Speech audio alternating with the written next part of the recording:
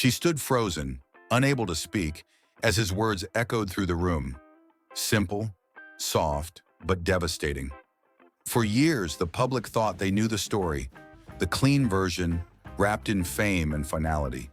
But behind one closed door, in a moment no cameras captured, something was said that shattered every assumption about why they fell apart. What did he whisper that made her stop in her tracks and still haunts her decades later? The late 1960s were drenched in glitz and spotlight, and no one basked in it more brightly than Elvis Presley. He was everywhere, on stage, on screen, on the radio, his face on magazine covers, his swagger mimicked by fans around the globe.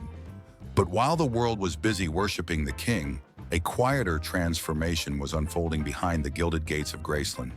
Priscilla, once the teenage girl swept into a fairy tale romance, was no longer content being just the woman on Elvis's arm. She was stepping into a new chapter, one where her voice began to matter, not just to the world but to herself. But behind the closed doors of their mansion, that fairy tale was fraying.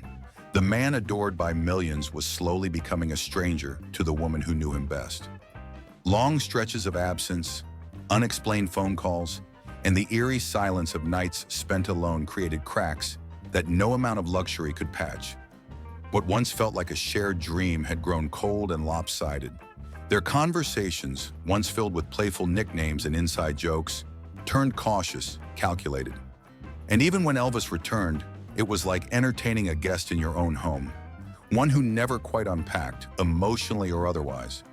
As Priscilla embraced motherhood, her world began to orbit a different center, one grounded in responsibility, not celebrity. She wasn't just someone's wife anymore. She was someone's mother, someone with needs, desires, and limits. Elvis, ever the performer, clung to a lifestyle that thrived on unpredictability and indulgence. Late-night parties, entourage whispers, and fleeting escapades. The more she rooted herself in real life, the more his felt like fiction. And somewhere in that growing divide, she realized, love alone might not be enough to bridge it. In the quiet moments when the crowds faded and the curtains closed, Priscilla found herself battling a storm no one could see. She smiled for the cameras, stood gracefully by his side, but behind her eyes, the weight of unspoken heartbreak was growing unbearable. Each day, she drifted further from the girl who had once waited breathlessly by the phone for his calls. She was no longer just heartbroken. She was exhausted, emotionally depleted from trying to hold on to a version of love that no longer felt like home. Her laughter was quieter, her spirit dimmer, and deep down, she was starting to wonder if she had simply become a beautiful accessory to a life that wasn't hers anymore. The turning point came suddenly, in a suite high above the Las Vegas Strip. What should have been just another reunion became something else entirely, something that rattled her to her core. It was supposed to be a moment of intimacy, but instead it left her feeling more like a possession than a partner. In that charged silence afterward, as neon lights blinked far below, Priscilla sat frozen in disbelief. The man who had once sung love songs to her was now asserting himself not with tenderness, but with force. And in that moment, something shattered. A boundary crossed, a line she could no longer pretend wasn't there. In the days that followed, the realization settled in with crushing clarity. The man she had loved so fiercely had become a stranger. Not all at once, but slowly, piece by piece, the Elvis she knew had disappeared behind layers of fame, addiction, and control. She searched for glimpses of the boy who had once made her feel seen, but the echoes were faint, and the distance was irreversible. She hadn't stopped loving him, not entirely, but the love she had for him couldn't protect her anymore. And in the stillness of that grief, a decision began to form, one she never imagined she'd have the strength to make.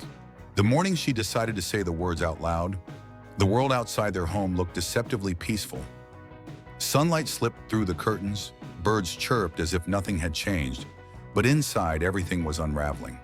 Priscilla stood still, heart pounding, luggage already packed, rehearsing the sentence she'd dreaded for weeks.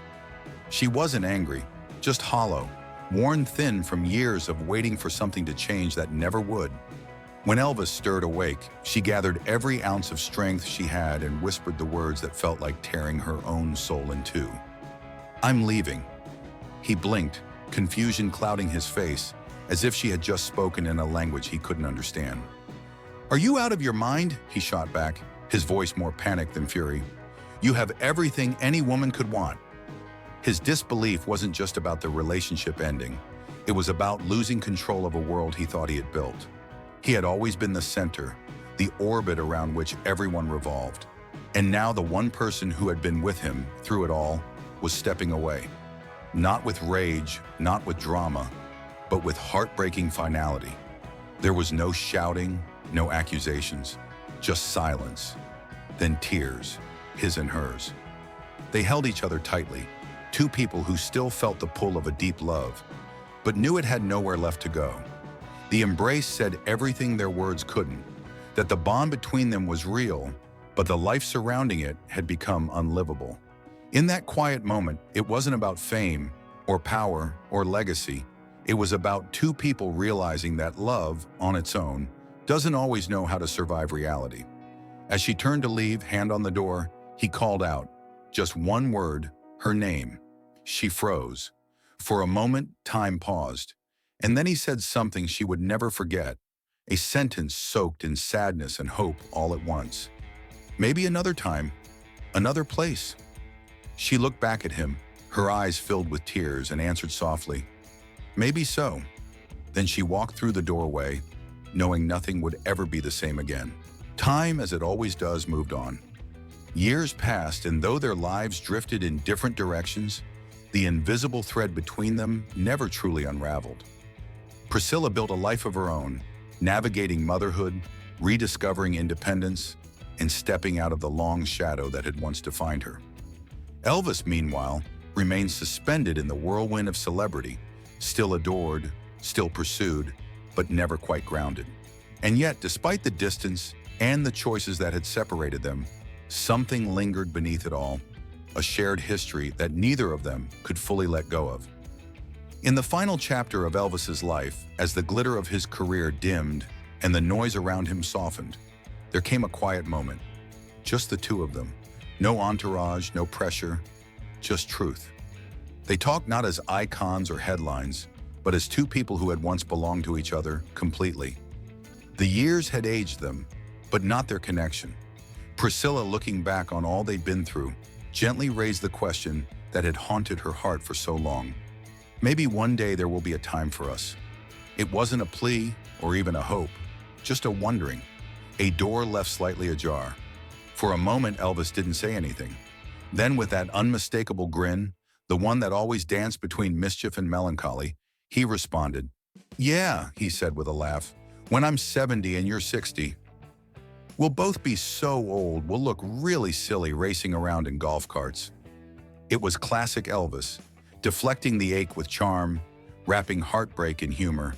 But behind the joke was something tender, something real, a wistful longing for a version of life that had never been theirs to live. That exchange, brief as it was, said everything they couldn't bring themselves to admit outright. The love hadn't disappeared. It had simply been buried beneath years of chaos, missteps, and timing that never quite aligned. There was no grand promise, no dramatic reunion, just a shared acknowledgement that somewhere, in some quieter version of the world, maybe their story could have ended differently.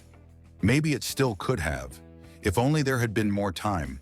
Now, at 79, with the blur of headlines long behind her and the noise of fame quieter than ever, Priscilla finds herself revisiting moments that never truly left her.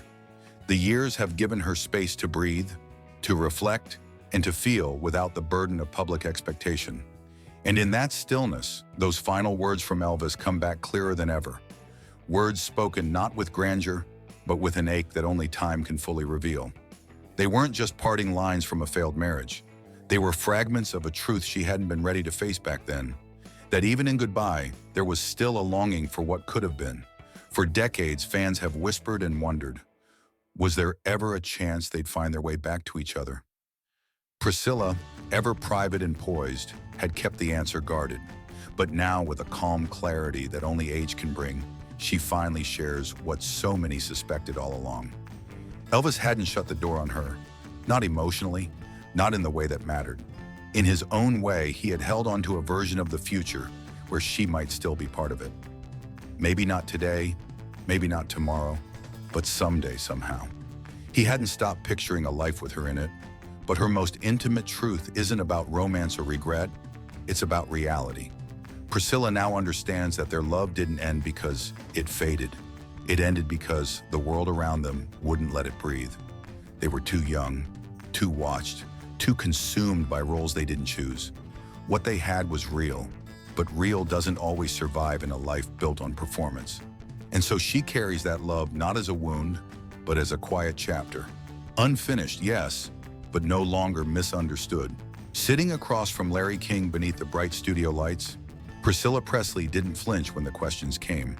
But when she spoke of that pivotal moment in her life, her voice cracked just slightly. It wasn't the kind of staged emotion people expect from celebrities. It was raw, honest. She admitted without hesitation that leaving him was the hardest decision she had ever made. Not because she didn't care, because she did. That was the cruel irony of it all. She hadn't walked away because the love had disappeared. She left because it simply wasn't enough to save them. It took every bit of strength, she said, eyes misting over, because I still loved him. And in those few words, decades of speculation suddenly fell away. The tabloids had painted their story in black and white. Betrayal, heartbreak, scandal. But in that moment, viewers saw the truth for what it was. Far more complicated, far more human. She didn't leave out of anger or vengeance. She left because she couldn't raise a child in a world that demanded she disappear to keep the illusion alive. And even as she said goodbye, a part of her had desperately hoped it wasn't the final chapter. The truth she carried silently for years was one few dared to say out loud. They never stopped loving each other, not when the papers called it over, not when they signed the divorce papers, not even when the world lost him for good. But sometimes love alone isn't enough to hold two people together when life demands so much more. It's a truth as old as time itself. And for Priscilla, it remains the most painful part of their story, knowing that the love endured even when the life together couldn't. If this story moved you or gave you a new perspective, don't forget to hit that like button. It really helps more people discover these untold moments. Make sure to subscribe so you never miss the next chapter in these unforgettable lives. And we'd love to hear from you. What are your thoughts on this emotional journey? Share them in the comments below. We read everyone.